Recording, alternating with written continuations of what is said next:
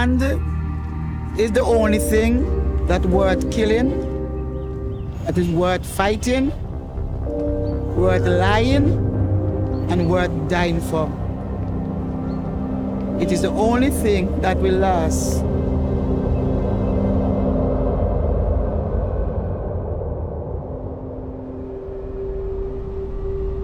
The island of Barbuda is now in the path of Hurricane Irma. Irma is now the strongest hurricane to ever plow into the Leeward Islands by continuing to churn for over 24 hours with winds above 180, expected to swallow up Barbuda. We have had no contact.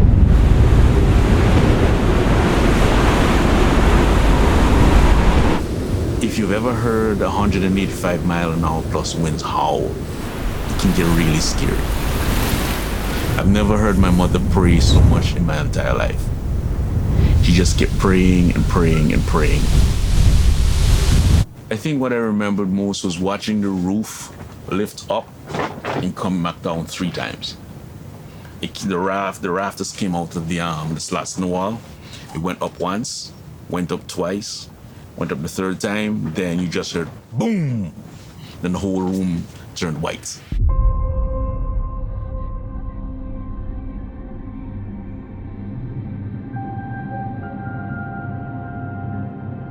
We came away from that end of the house and came to this end. And the next thing we knew, part of that roof came away and everything was getting wet, so we had to get out of there too. We came in here, and within minutes of being here, part of the ceiling had gone. And then we thought, well, where are we going to go? So we went into the little bathroom there.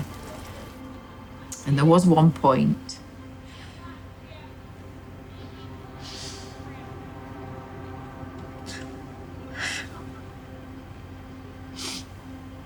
where we didn't know if we were going to get out. So we stayed in there anyway. And we looked in the airing cupboard and we couldn't fit. So we stayed just in the porchway and Cedar kept peeping out every time we heard a noise because it was another sheet of plywood going to come off, because they were coming off here, coming off there, and coming off there. And we waited and we waited. And then there was a kind of a lull. And we looked at each other and we thought, and then it started the noise again. And we thought, no, it's not time. Because we'd already decided when the lull comes, we're going to run out. Just find somewhere else to be. And the lull came again. And it lasted.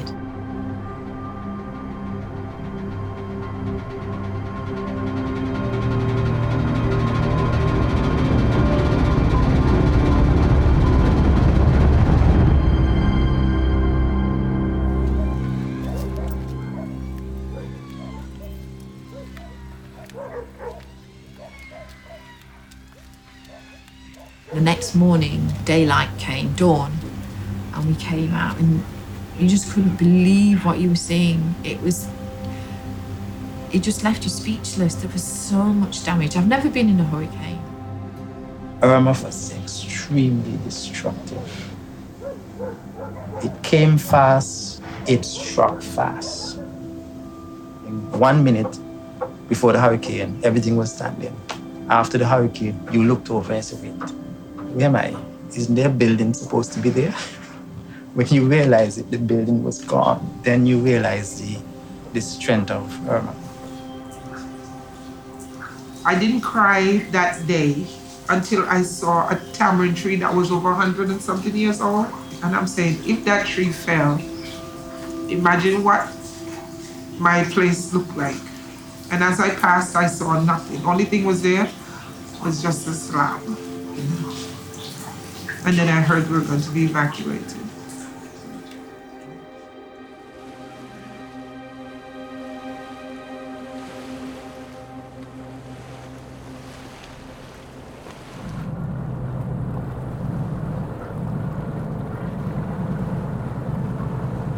He argued all the time, said, this isn't right. You should not be taking everybody out of Barbuda all at once. This isn't right.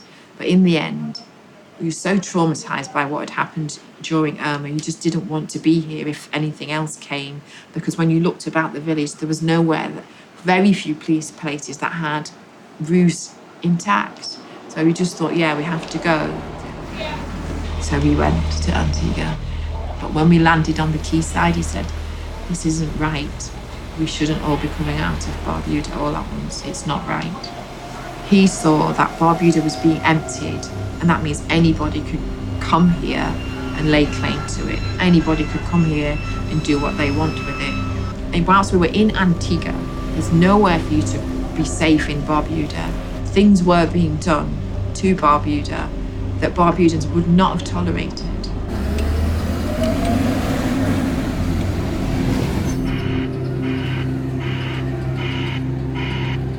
When the order came for mandatory evacuation, I told them I'm not moving. So I stayed. The military was here forcing people to leave. I got very suspicious. What was the motive for taking people off of the island?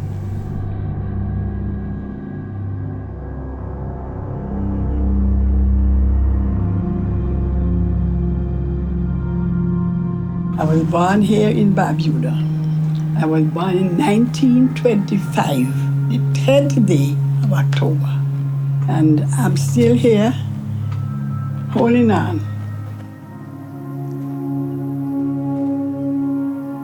My mother called me Brownie.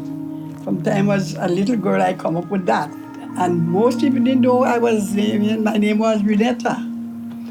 They always called me Brownie. Coming up as old, they call me Dada Brownie. So that's how some of the young ones, they call me Mama. But before I got married, I was RENETA BEAZER. When I was growing up, well, the land I know, everybody work, they have their own ground, they cut the ground. It was hard. It's a hard thing. We have to work hard. But we couldn't do nothing else but work and for us to survive.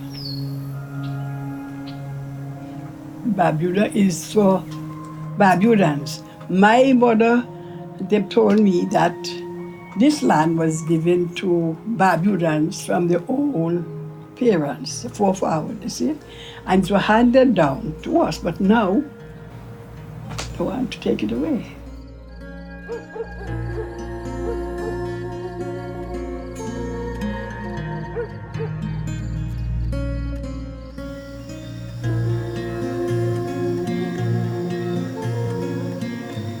The Barbudans made the sacrifice over 300 years for when the emancipation break forth and all the plantocrats and slave owners, as you might call them, came to the British government and the parliament convened that the whole situation should be abolished. Barbuda was a private property. He have no governor. What all Barbuda had was overseers who were employed by Sir Christopher Codrington.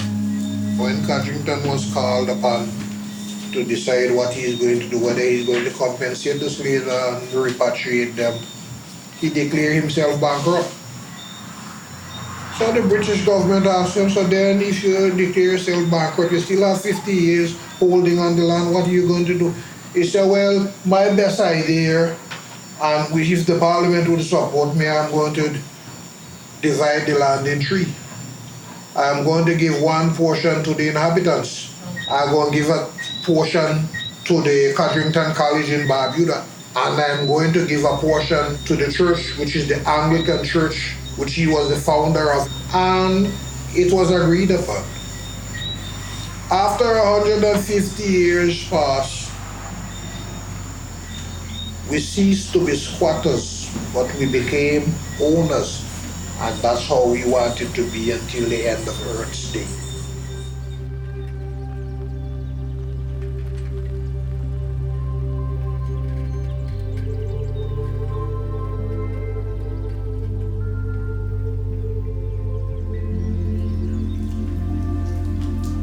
Barbuda, the place I love more than anywhere else. It's quiet, it's tranquil, without the hustle and the bustle. It's a place where family can be family. The people are genuine, especially in times of disaster. We band together more than any time else. The thing that divides us sometimes is politics. But apart from that, you still remember that we're families. Land and family. Those are two things that ground Barbudans. When you touch our family and you touch our land, no matter who you are, what money you have, money does not frighten us. So land for me is paramount. I remember growing up, my father always said, when you turn 16, you get your first piece. That's when it's legal to have a piece of land. So it wasn't about getting your parents' property, it was about getting the land for yourself. Because that piece of land is important. When I was growing up, it was a little quiet place. It was one village, and where everybody was in love. They used to call it a little paradise. But now, it's not a little paradise where everybody seems to do everything that is bad and whatnot. No, we don't love one another now. It seems as though everybody is for themselves. But that time, when I was growing up, and my mother sent me to my neighbor, tell her or tell him to give us something, I'm gonna get it. And the same would everybody do, but not now. So life, that time it was hard, but it was good in a way because we have love. But we don't love one another now. I must tell you the truth, we don't love one another now.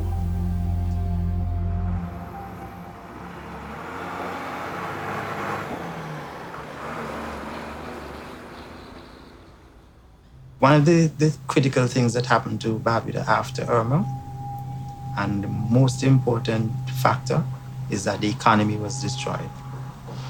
Irma did not necessarily destroy Barbuda's economy. What did that was the removal of the human resource, keeping that human resource off of Barbuda for months, and that destroyed the economy.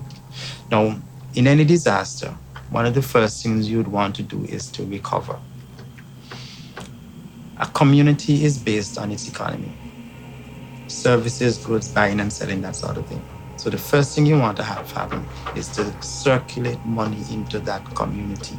Pick the economy up, and there's where the recovery is going to spark up.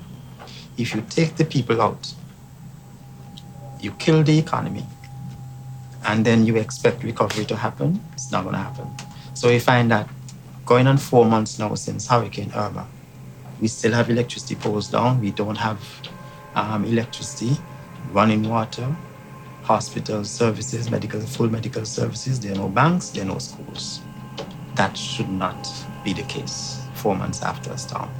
What took place was a deliberate attempt to change our land system, to essentially get a hold of real estate and redevelop that real estate to make millions for someone.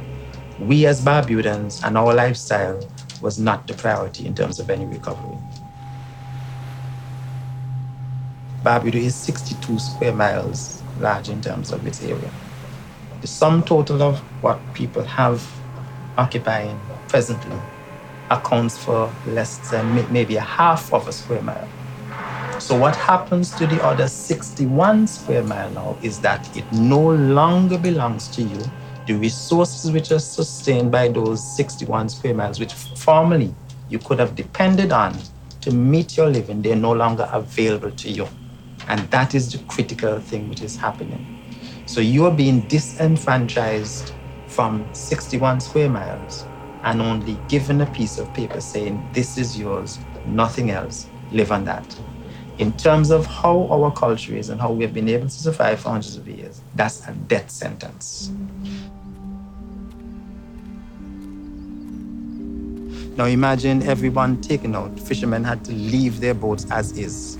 By the time they return in weeks later, gone.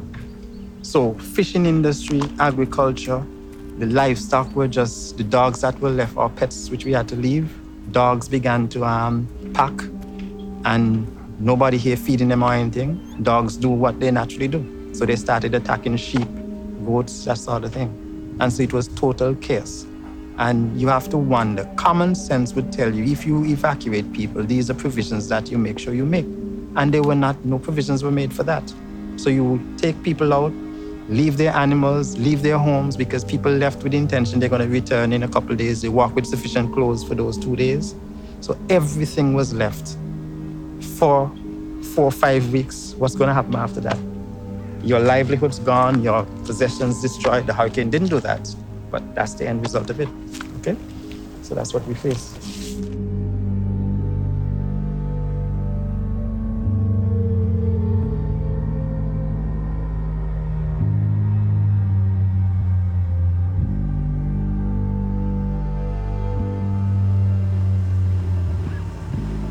This disaster has been turned into a political event where the Prime Minister introduced the idea of title deeds for $1. Not the people. He introduced that. He caused the chaos. And when what should be happening is, how can we help you to get back to your lives? But when you have the head of a nation is going to tell part of the nation that they're undeveloped fools, the whole nation should rise up against that man. Whole nation. Our land wasn't ever meant to be sold. Even if folks believe we're squatters, squatters have rights. And the squatter thing is that if you live on the land for 12 years, we've been here 300. So as far as I'm concerned, no one owns it but us. I have had it for 300 years. You never took it from me then. What gives you the right to try to do it now because you want to sell it to the highest bidder? This is what the government is trying to deprive us of. 300 plus years of privileges which became right. What we prefer, die first. Don't suffer this present corrupt government to undermine what the Barbudans have sacrificed. Our foreparents, ancestors have sacrificed for to hand down to us. Your parents sacrificed to leave a savings for you. But don't let anybody come and undermine you and take it away and then send you back into poverty. No, it's not right. If my child come and say, Mommy, I want to build a house, a small house, but I like a lawn and I like certain things, and she can't do that because now she's only confined to a 1/4 acre. So now I'll be touching my neighbor. My neighbor is playing in the yard and I can see we're not accustomed to that. We don't like to be confined. If that's the case, we will live in the Bronx. But not here in Barbuda. You could end up with a situation where people who are not Barbudans own more land than Barbudans. And you get marginalized right on your own island.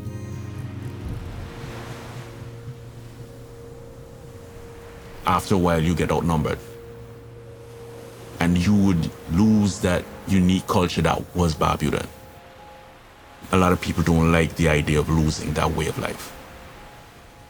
So after a while, you just push and push and push into one section, and after a while, you have no voice because nobody respects you. And I think that's what it will boil down to if we allow this. It's upsetting to know that because you think you should have the posher house, you should have the yachts and the airplanes and stuff like that, you're going to push me away into a small community. That's the vision they have for us. So we end up being maids in your house and the cook and the bartender and the gardener. You lose who you are. And who we are proud people who are accustomed to being together and do things as a community and not as how you think we should do it. I would prefer to live in an aisle drum and be honest with a clear conscience than to live in a mansion and can't sleep at night.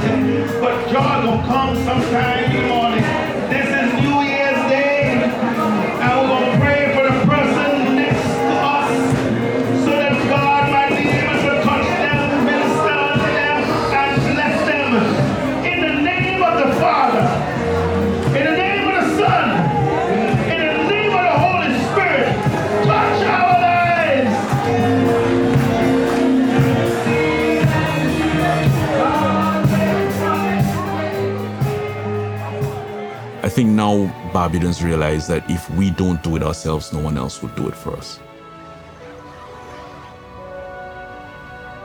If we all come together and work together, things will get better. And we can strike a balance between development and our culture. That's the legacy I want to leave here, that Barbudans continue to grow up having that sort of control over the future of their island. I want people to remember Barbuda as a place where people fought for what they believed in.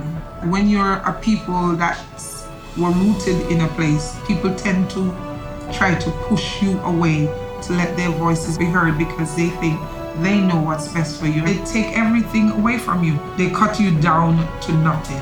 And when you take a man's pride and you take away what he stands for, there's no man, there's just a shell.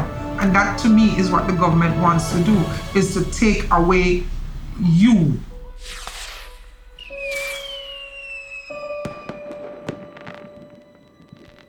God allowed you to survive all that so that you can survive some more.